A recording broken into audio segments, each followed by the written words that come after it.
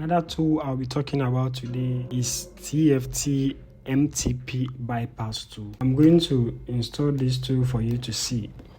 This tool works perfectly. First of all, I'll extract my files as usual. Let's check the setup password.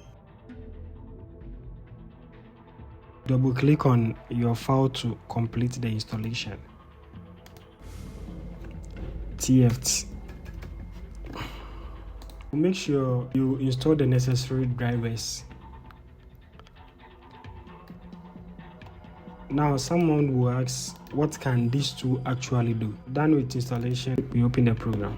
TFT MTP Bypass allows you to remove FRP lock on your Samsung devices powered by Android. You can use this to factory reset your Android devices to bypass FRP locks on your devices. You can change your device CSC code. You can also change your TMC countries to as well. You can reboot your device to download mode. You can factory reset your device too. You have two models here. You can use the model 1 or the model 2 to factory reset your device. You can use this model to remove FRP locks on your device. Before you do that, you can click on this to auto enable ADB mode. So if you click on the first model, this one will allow you to read your device.